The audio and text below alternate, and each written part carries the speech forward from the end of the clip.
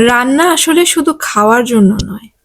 রান্না মানে এক ধরনের প্রস্তুতি। জীবনের জন্য, অপেক্ষার জন্য, স্মৃতির জন্য। একটা গল্পের আগে যেমন একটা ভূমিকা থাকে, তেমনি রান্নারও থাকে একটা নীরব প্রস্তুতি। হালকা রবীন্দ্রীয় আবহে বলা যায়। ঘরটা আজ ভীষণ চুপচাপ। শুধু উপকরণগুলো কথা বলছে। পেঁয়াজ, মরিচ, ধনেপাতা, মাছের ডিম, শুটকি, বেগুন যেন সবাই মিলে একটা গল্প বলার অপেক্ষায় আছে। মাছের ডিম বাংলার রান্নাঘরে এটা শুধু উপকরণই নয়, এটা একটা আবেগ, নদীর স্মৃতি, গ্রামের দুপুর আর গৃহিণীর হাতের গন্ধ। পেঁয়াজটা কাটা পড়ছে, কাঁচামরিচের ঝাঁজ দিচ্ছে, ধনেপাতা ছড়িয়ে দিচ্ছে, সবুজের বিশ্বাস। এই ডোর ভেতরে লুকিয়ে আছে অনেক দিনের গল্প। এই যে শব্দটা হয় সেটা কোনো শব্দ নয়, সেটা আনন্দের ঘোষণা।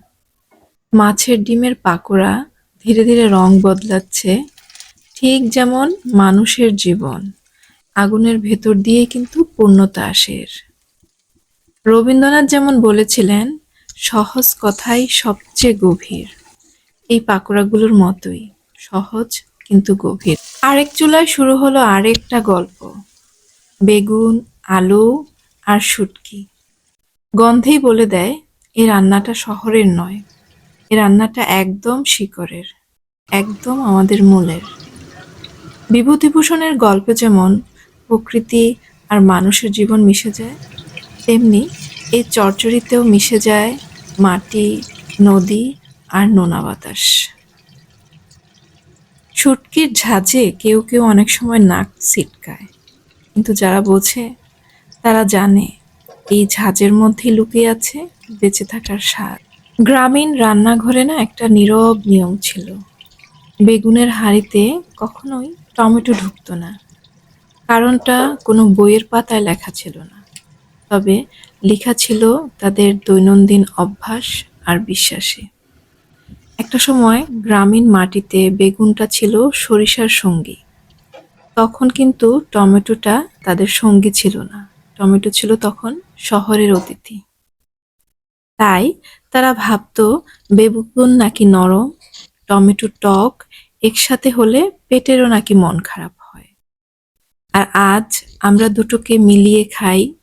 সময় বদলিয়েছে, স্বাদও বদলিয়েছে, কিন্তু রান্নাঘরের এই ছোট্ট নিষেধে লুকিয়ে আছে গ্রাম বাংলার স্মৃতি আর ঐতিহ্য। শেষ পর্যন্ত রান্নার গল্প একই জায়গায় এসে দাঁড়ায়, মানুষকে একটু থামায়, একটু মনে করিয়ে দেয় আজকের এই রান্না কোনো রেসিপি নয়, এটা একটা গল্প।